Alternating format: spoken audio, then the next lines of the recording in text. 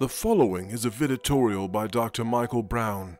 Although President Trump's speech before 50 Muslim leaders in Saudi Arabia did not break new ground in terms of America's Middle Eastern policy, it was highly significant for at least 4 reasons. First, Trump mentioned terror or terrorism 30 times. In stark contrast, during President Obama's infamous Cairo speech in 2009, he did not mention terrorism at all. More importantly, President Trump spoke directly of the crisis of Islamist extremism and the Islamist terror groups it inspires. To fight against this, Trump urged, means standing together against the murder of innocent Muslims, the oppression of women, the persecution of Jews, and the slaughter of Christians. And remember, Trump said this in the heart of Islamic Holy Land, Saudi Arabia. The president called on these Muslim leaders to drive out the terrorists from your places of worship, your communities, your Holy Land, and this earth. Yes, these terrorists are currently in some of your mosques, and you need to drive them out. To say that, in that setting, required chutzpah. Trump also announced the founding of a new global center for combating extremist ideology, located right here in this central part of the Islamic world. This groundbreaking new center represents a clear declaration that Muslim-majority countries must take the lead in combating radicalization. It's about time that Muslim leaders were urged to combat this deadly ideology. Second, Trump identified Iran as the enemy, linking Iran directly and repeatedly to Islamic terrorism. He called it the government that gives terrorists safe harbor, financial backing, and the social standing needed for recruitment. He labeled it a regime that is responsible for so much instability in the region.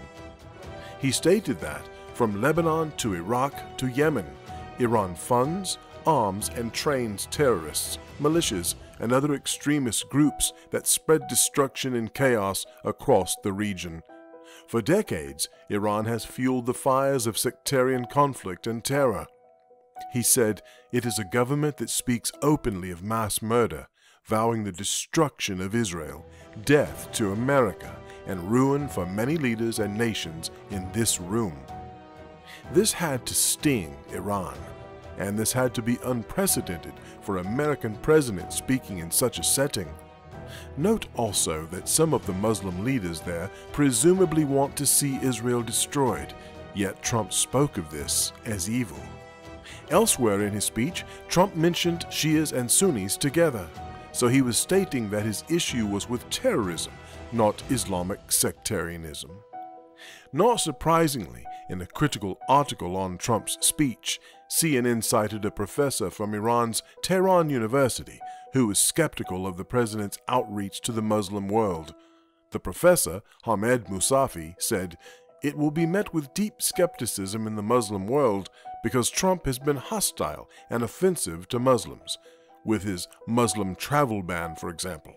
All they've seen so far from Donald Trump is a lot of hostility." But what else should we have expected from an Iranian professor? His country was just slammed as a major agent of terror by the President of the United States before dozens of Muslim leaders. Should we have expected him to greet Trump's words warmly?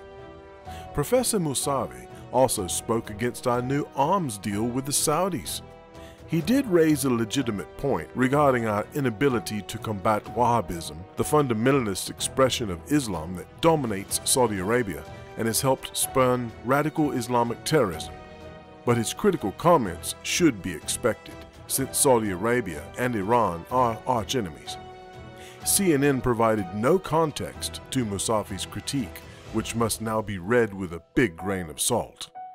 Note also that Trump, as president, never proposed a generic Muslim travel ban, as claimed by the professor. That was the exaggeration of a hostile media and Trump's political opponents, presumably traced back to some of his campaign rhetoric. Third, the president put Hamas and Hezbollah in the same category as ISIS and Al-Qaeda. This means that opposition to Israel is not a justification for terrorism. He said, "The true toll of ISIS, Al-Qaeda, Hezbollah, Hamas, and so many others must be counted not only in the number of dead, it must also be counted in generations of vanished dreams. The significance of this was not missed by a Lebanese professor who, CNN reports, pointed out that Trump equated Hezbollah, a Lebanese political and military group made up mostly of Shia Muslims, with ISIS and Al-Qaeda. Hezbollah was conceived in the early 1980s, primarily to fight against Israeli occupation in southern Lebanon. The professor, Karam Makdisi, claimed that this is irresponsible on many levels. With Israeli rhetoric increasing against Lebanon, this does not bode well. The Lebanese will not put much stock in yet another grand speech, but they will keep an eye out for Trump's position towards Israel's threats against Lebanon and any shift in U.S. policy towards Syria. I'm sure that Professor Makdisi was not the only Muslim intellectual who got Trump's point loudly and clearly. To paraphrase, you may call Hamas and Hezbollah freedom fighters against the Israeli occupation. We call them terrorists. Fourth, Trump rejected the theology of martyrdom by suicide bombing, saying, "Terrorists do not worship God, they worship death." He said, "This is not a battle between different faiths, different sects, or different civilizations. This is a battle between barbaric criminals who seek to obliterate human life and decent people of all religions who seek to protect it. This is a battle between good and evil." Trump also made clear that the victims of this terror are primarily Muslims. He said that in sheer numbers, the deadliest toll has been exacted on the innocent people of Arab, Muslim, and Middle Eastern nations. They have borne the brunt of the killings and the worst of the destruction in this wave of fanatical violence. Some estimates hold that more than 95% of the victims of terrorism are themselves Muslim. Somehow, another critic cited by CNN missed this emphatic statement. Former Jordanian Justice Minister Ibrahim Ajazi said, "Referencing Islamic terrorist organizations only will not be appreciated by the vast majority of people in the region when other forces are carrying out acts of aggression, especially as Arabs and Muslims are the prime victims of these organizations." Did Mr. Ajazi not hear Trump's words? Perhaps CNN needs to vet its Trump critics more carefully. At the least, they should have qualified some of the quotes. But again, is anyone surprised? Turning back to President Trump, we can certainly debate his policies, actions, and words at home. I am not Trump's defender-in-chief, not anywhere near it. We can question the propriety of the massive arms deal with Saudi Arabia. Will this be used to finance terror? Will it lead to more bloodshed in the region? Is this good for Israel too? But we should not question the landmark nature of Trump's speech, which also referenced the oppression of women and called on these Muslim nations to lead the way in repatriating Muslim refugees.